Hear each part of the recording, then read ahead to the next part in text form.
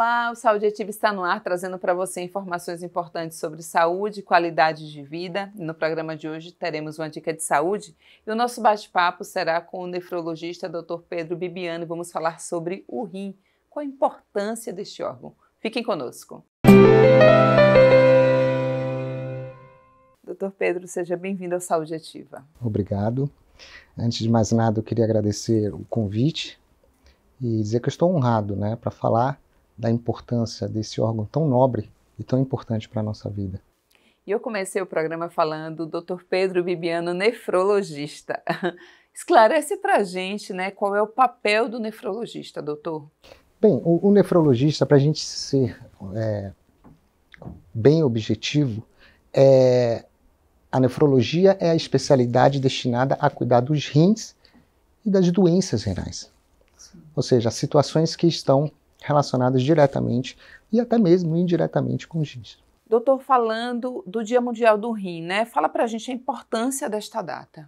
Bom, essa data é uma data comemorativa em que reúne toda a comunidade nefrológica e é comemorada toda segunda quinta-feira do mês de março. E a importância dessa data é que nós nefrologistas, ou todos os profissionais relacionados à área, implantamos a conscientização sobre a importância da saúde renal, da prevenção, diagnóstico precoce e tratamento de doenças que acometem esse órgão tão nobre, Nesta data, vocês têm um tema específico todo ano, ou é mesmo o Dia Mundial do Rim, mas vocês trazem um tema específico, algo que esteja muito atual? Cada ano a gente tem um tema, mas a mensagem sempre principal é conscientizar. Esse ano o tema era "Seus rins estão ok?" E é um tema interessante porque ele faz uma alusão a uma provocação à população. Você sabe como é que está a saúde dos seus rins? Porque a doença renal crônica, nós nefrologistas sabemos que em suas fases iniciais ela é assintomática, ela costuma ser assintomática. E os sintomas, quando podem sugerir a doença, eles são inespecíficos. Então isso dificulta muito o diagnóstico. E como é que a gente tenta conduzir isso da melhor forma? Conscientizando, informando a população sobre essa condição tão importante, tão prevalente e que vem aumentando a cada ano. Com certeza, e doutor, é importante trazer uma questão que eu mesmo estou na dúvida. Há médicos que a gente visita anualmente, há médicos que as pessoas geralmente vão quando há sintomas e que a gente preocupa, porque dependendo, você precisa fazer check-ups com frequência. O nefrologista, eu estou bem, aparentemente, não estou sentindo nada, parece que está tudo normal. Eu marco uma consulta ou geralmente as pessoas que aparecem, o correto é se houver sintomas ou não. Fala pra gente. Antes de mais nada, eu acho que é muito importante, primeiro, a gente identificar os grupos de risco.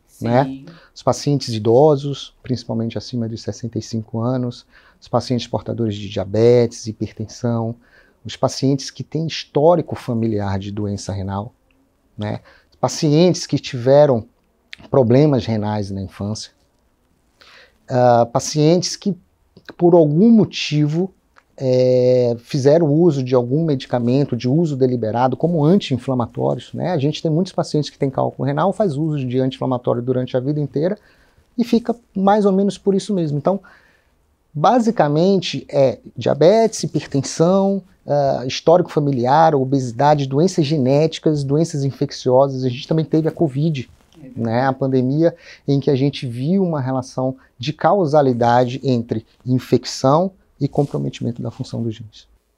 Doutor, e aí o senhor falou sobre anti-inflamatórios e tratamento específico para um certo problema, mas aí vale o alerta, inclusive o senhor agora como especialista em falar nessa questão de nós, muitas vezes nos medicarmos e fazer uso prolongado desses medicamentos sem inclusive uma orientação médica, porque eu estou sentindo alguma coisa, eu vou comprar um anti-inflamatório e usar. É bom o senhor inclusive fazer esse alerta para a população, doutor? Eu acho que antes é muito importante isso.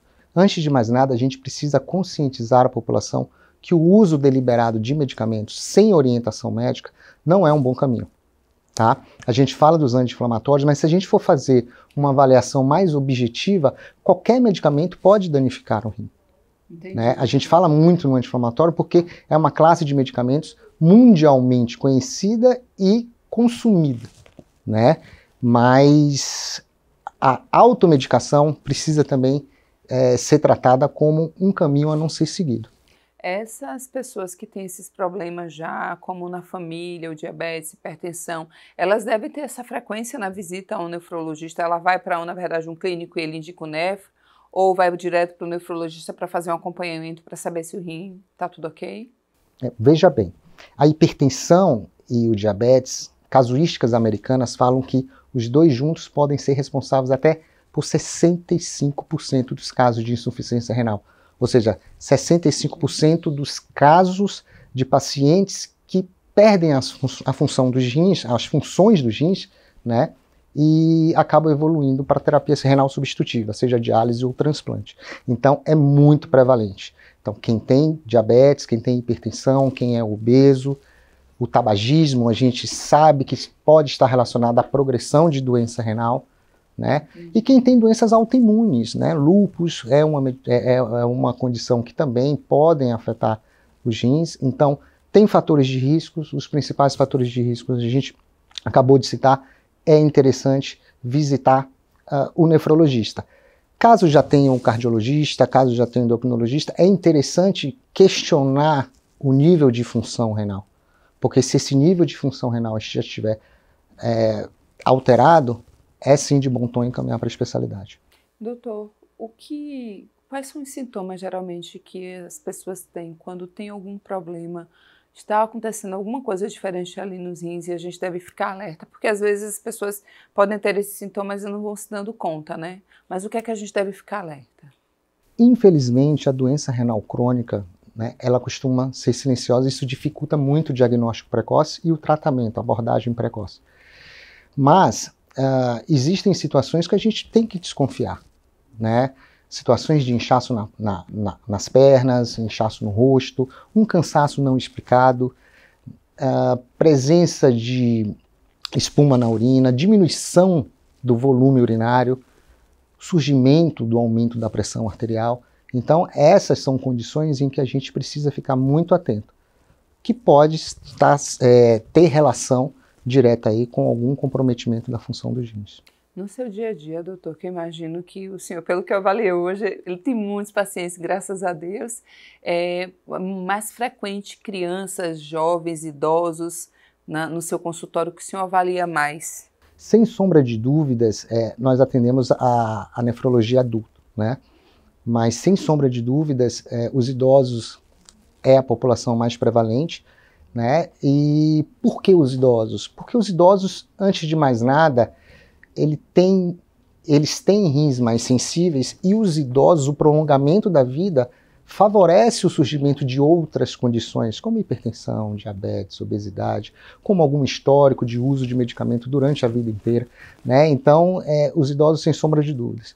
Mas, se a gente for falar em prevalência, as mulheres são ligeiramente mais acometidas pela doença, mas quem evolui mais para a falência renal, os dados nos dizem que os homens estão mais sujeitos. E o senhor acha que isso se deve a talvez não ter o mesmo cuidado, ou a questão de tratamento? Porque a gente brinca muito aqui, doutor, que geralmente as mulheres frequentam mais os médicos, né, os homens menos, enfim. Ou não tem relação, é questão de ser homem e mulher mesmo? Eu pelo menos, a gente não tenho esse dado, né? Mas dá para ter uma noção de mais ou menos o que você esteja falando, é o perfil de pacientes que tem, principalmente na minha página, né? Mais mulheres. A gente está colocando, inclusive, no Instagram dele, vocês podem acompanhar, esclarecer, tirar as dúvidas. Se isso tem uma relação de causalidade, né? Se ter mais pessoas acompanhando, porque realmente elas estão se cuidando, mas infelizmente eu não tenho esse dado. Mas elas são mais prevalentes na página, elas perguntam, elas questionam mais. Mas, sem sombra de dúvidas, historicamente, as mulheres sempre tiveram um cuidado um pouco maior, né, em relação aos homens. É verdade.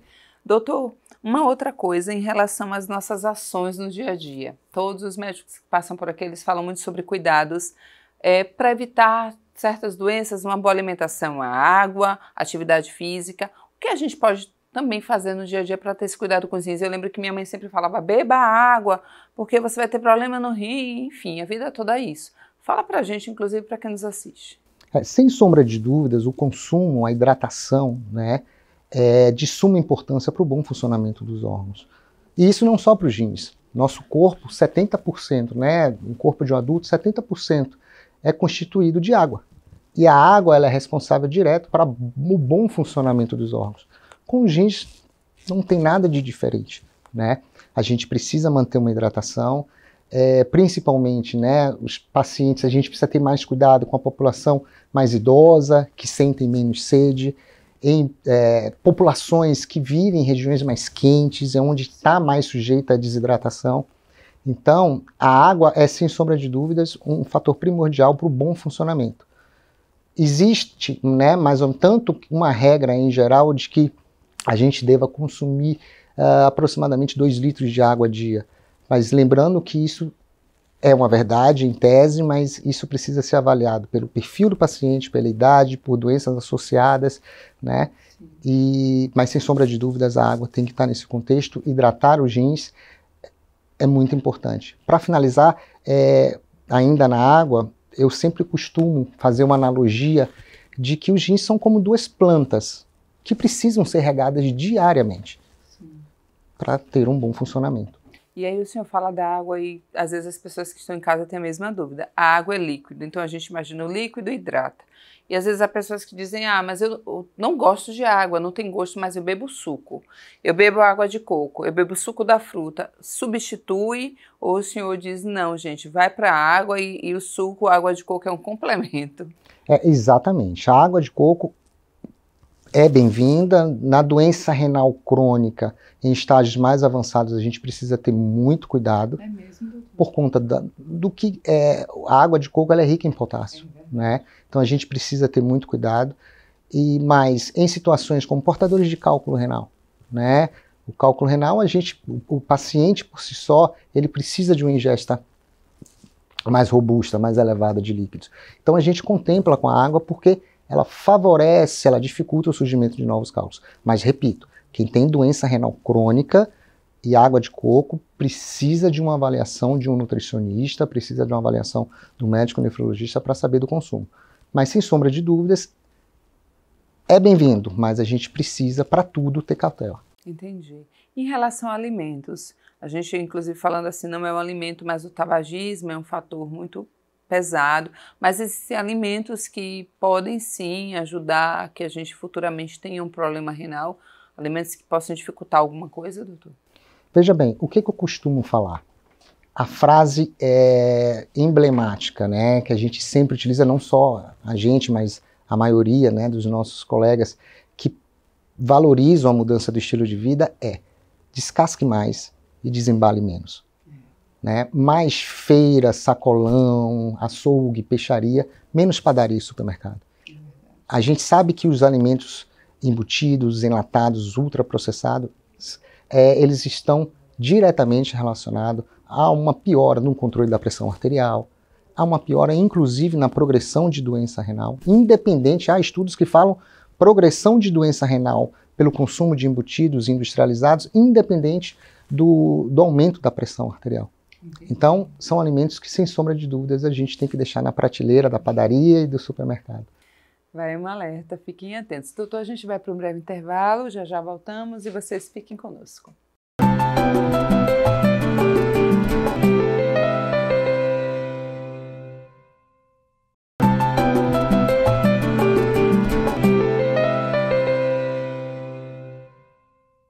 Olá, estamos de volta com o Saúde Ativa e o nosso bate-papo hoje é com o nefrologista Dr. Pedro Bibiano. Estamos falando sobre o rim.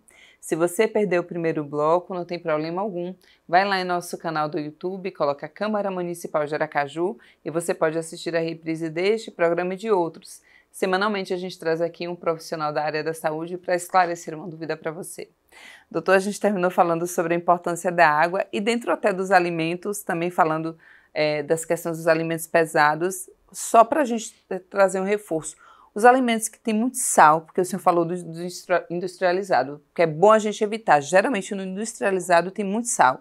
O sal também é um fator complicador para os rins, né, doutor? O sal, ele está relacionado independentemente com o aumento da pressão arterial E ele pode, né, como falamos anteriormente, ele pode estar associado à progressão de doença renal independente, pelo menos alguns trabalhos já vêm evidenciando isso, independente do controle da pressão. Ou seja, pacientes que consomem muito sal, mesmo com a pressão controlada, a gente pode, né, os trabalhos vêm mostrando alguma coisa que pode estar contribuindo para um aumento de velocidade de progressão de doença renal. Inclusive tem uma condição chamada que é perda de proteína na urina. Sim. Né? O que a gente recomenda? A gente recomenda a redução do sal, porque está comprovado de que o consumo, o excesso de sal, a gente pode aumentar essa perda de proteína na urina e isso é totalmente deletério para os rins. Doutor, o paciente descobre que há um problema no rim, uma insuficiência renal, por exemplo, e a partir daí, quais são os caminhos? O que geralmente acontece? Tratamentos, medicamentos, essas pessoas elas passam a ter uma vida normal, não mais? Veja bem, tudo na medicina, a grande importância do diagnóstico é a gente tentar fazer o diagnóstico precoce, para que a gente possa ter tempo de tratar, e isso está relacionado diretamente a melhores desfechos, a melhores resultados. Né? Então, a partir do momento em que a gente faz o diagnóstico precoce, a gente tem um arsenal terapêutico que até nós nefrologistas conversamos bastante, que nós vivemos uma fase áurea na nefrologia, que estão condicionados principalmente à redução da progressão de doença renal. Hoje, cada vez mais, a gente vem tendo medicamentos que retardam a velocidade de progressão de doença renal e, tão importante quanto, diminuem o risco cardiovascular. E o que é esse risco cardiovascular? É a chance de desenvolver infarto, de desenvolver derrame, de insuficiência cardíaca. Então, esses medicamentos, eles vêm com uma importância vêm de certa forma, com uma importância relevante, né, nesse contexto aí de tratamento e de progressão e diminuição de risco. Então é isso, é a gente ressaltar, como o senhor vem dizendo, é o cuidado antecipado, né? Assim, o cuidado precoce mesmo, para que você não deixe as coisas se agravarem. Inclusive, falando que muitos médicos já vieram aqui, doutor, e falaram de pessoas que vêm com sintomas de algumas doenças, mas elas ficam em casa se medicando por um longo tempo até que a coisa se agrave muito. Ela diz, eu vou ao médico e já está no estágio muito avançado. Como a gente fala aí do câncer de colo de útero e outros tantos. Então, assim, é o cuidado mesmo, com tudo isso que o senhor vem dizendo, da visita regular ao médico, não ter tanto sal assim na rotina das pessoas, de beber bastante água. De praticar atividade física, né? Isso, exatamente, que é importante também, muito né? Importante.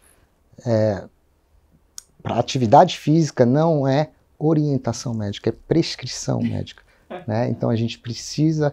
Hoje, os estudos, os trabalhos, cada vez mais vêm mostrando benefício da prática de exercícios físicos num contexto de doenças crônicas e para a saúde geral como um todo, né?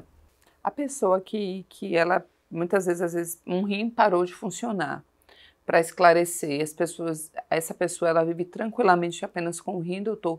A vida segue o fluxo normal? Geralmente, um rim dá conta, né, de todo o processo encarregado da função dos rins. Né? E a gente sabe que a função, é interessante a gente falar, que a função renal, ela não se restringe à filtração e à excreção. Eles fazem isso, né? E isso é muito importante por si só, mas os rins, eles são responsáveis pelo controle. Se for para a gente resumir em uma palavra, equilíbrio. Equilíbrio através do controle hidrossalino de água e sal, equilíbrio no controle de eletrólitos, equilíbrio e controle, né, da pressão arterial, controle de eletrólitos, ativação de substâncias, né, de hormônios relacionadas a etapas fisiológicas como controle de anemia, sobre a saúde óssea. Os rins são, por exemplo, responsáveis pela ativação final da vitamina D.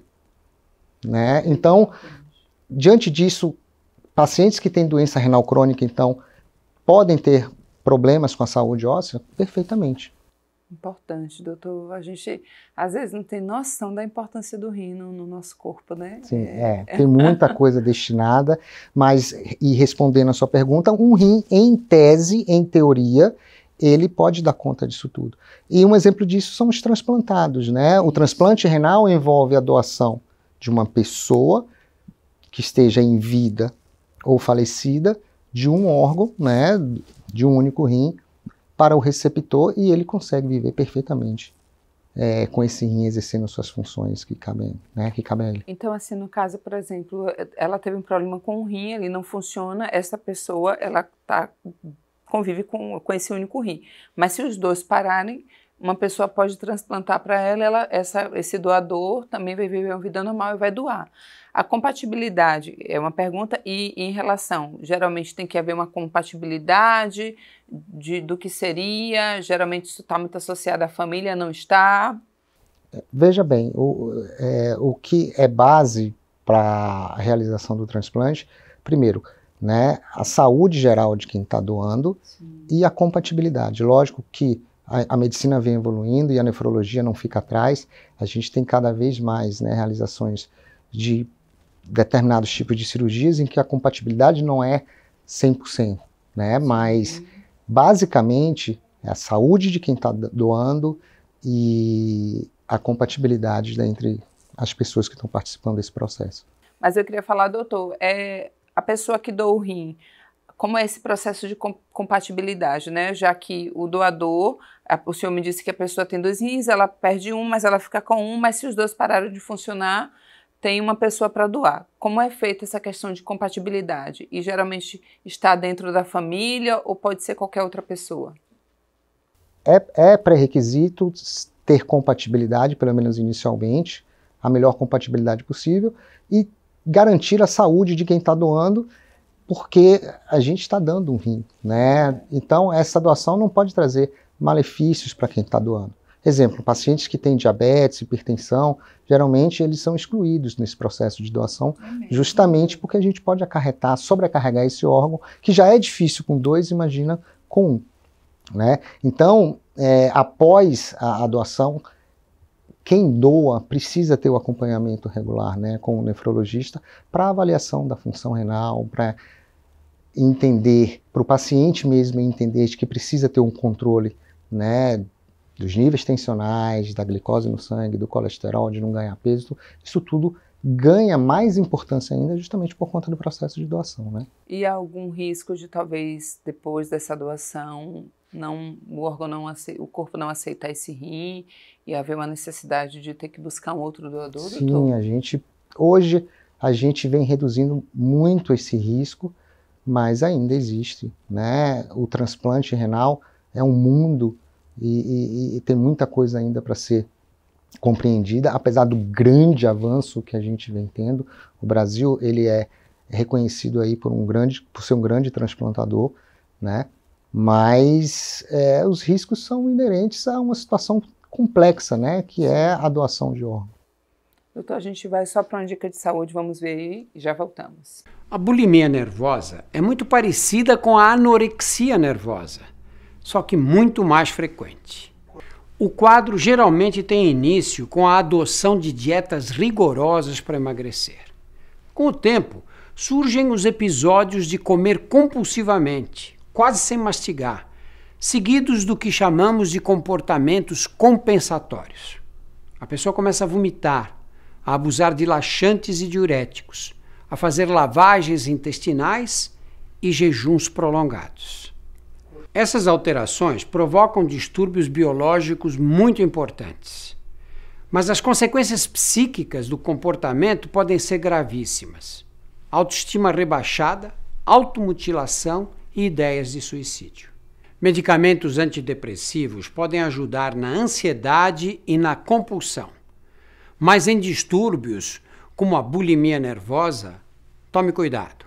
O carinho e a compreensão de todos que cercam o paciente podem ser armas muito poderosas. Eu estou falando de uma dúvida que às vezes as pessoas têm sobre essas recorrentes infecções urinárias que às vezes, geralmente, a mulher tem muito e aí vem por vários motivos, né? Mas quando a gente observa que há uma frequência, tem uma infecção, tratei, daqui a pouco tem de novo. Será que tem uma coisa aí que está linkada ao rim ou não? Veja bem, a gente precisa dividir as infecções urinárias em infecção urinária não complicada, que é essa que principalmente as mulheres experimentam no decorrer da vida, e as infecções urinárias mais complicadas, que a gente chama de pielonefrite, que são aquelas infecções em que tem um componente sistêmico, né? Febre, calafrio, dor nas costas.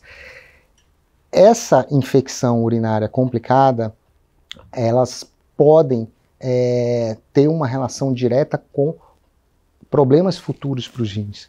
A gente vê isso muito assim, de uma forma até mais evidente na pediatria, né? Às vezes é aquele garoto ou garota que nasceu com algum problema anatômico e que favorece a infecção urinária de repetição, ele chega na fase adulta cheio de cicatrizes renais.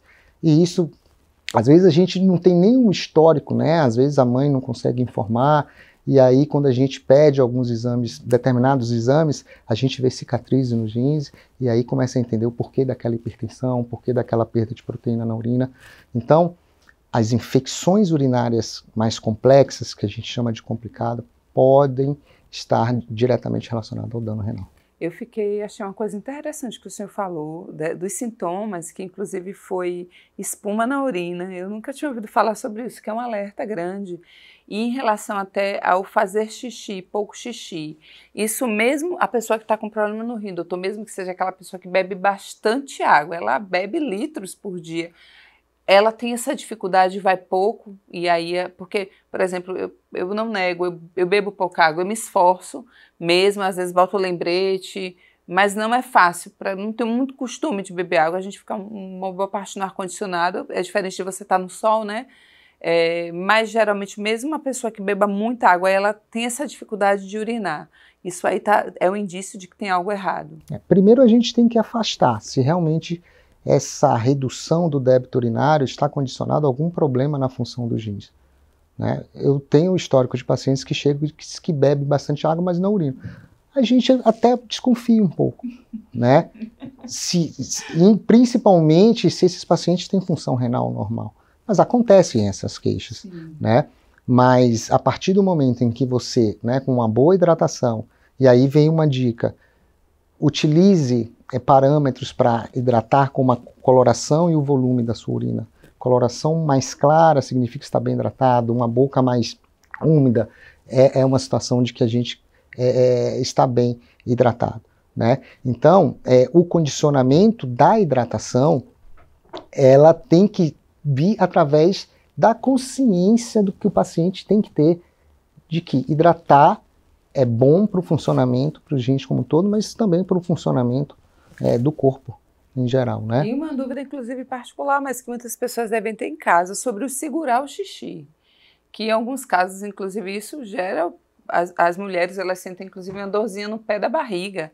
Mas isso pode gerar um problema, talvez, assim, não necessariamente para o rim, doutor, mas para a saúde da mulher, que às vezes segura por horas, porque um compromisso atrás do outro, isso pode gerar, inclusive, um problema futuro? Bem, principalmente os pacientes que têm infecção urinária de repetição, o que a gente recomenda é que não segure o xixi, né? A bactéria, quando ela chega na bexiga, ela quer um ambiente calmo, ela quer uma água parada, quentinha, para que possa ver, né, a proliferação.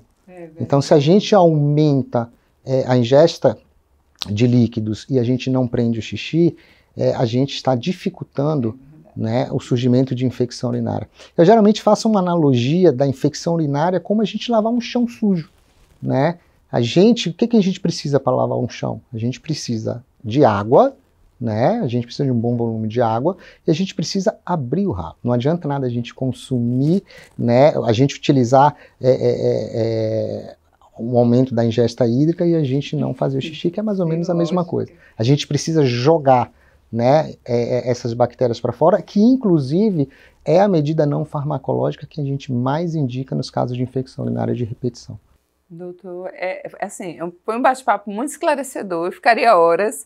A gente sai do roteiro porque o senhor realmente explicou muito claramente, assim, acho que puxou a orelha de um monte de gente que está assistindo em casa, inclusive a minha. Mas, assim, para encerrar o nosso bate-papo, eu queria que o senhor falasse para a população mesmo, assim, um alerta. Claro que a gente sabe que tem o Dia Mundial do Rim, mas a importância desse cuidado diário com os nossos rins, doutor. Então, a principal mensagem que eu tenho a dizer é: dose sua creatinina. Muitas pessoas, né, sabem o que é a glicose, sabem o que é o colesterol, mas muitos não sabem o que é a creatinina. E a creatinina, ela é tão importante quanto a glicose e o colesterol. É um exame barato, fácil de realizar, é rápida a sua dosagem e que tem uma importância fundamental no contexto da saúde dos rins. Cuidar dos rins é cuidar da saúde como um todo. Então, dose sua creatinina. Muito importante, um alerta para todos nós. Doutor, muito obrigada pela sua participação. Obrigado a vocês e estou à disposição para outras oportunidades, que é sempre muito bom falar dos rins. É sempre muito bom conscientizar. E temos muitos assuntos ainda para falar, doutor. Obrigada. Em breve, o Saúde Ativa estará de volta, trazendo para você informações sobre saúde e qualidade de vida. Até lá!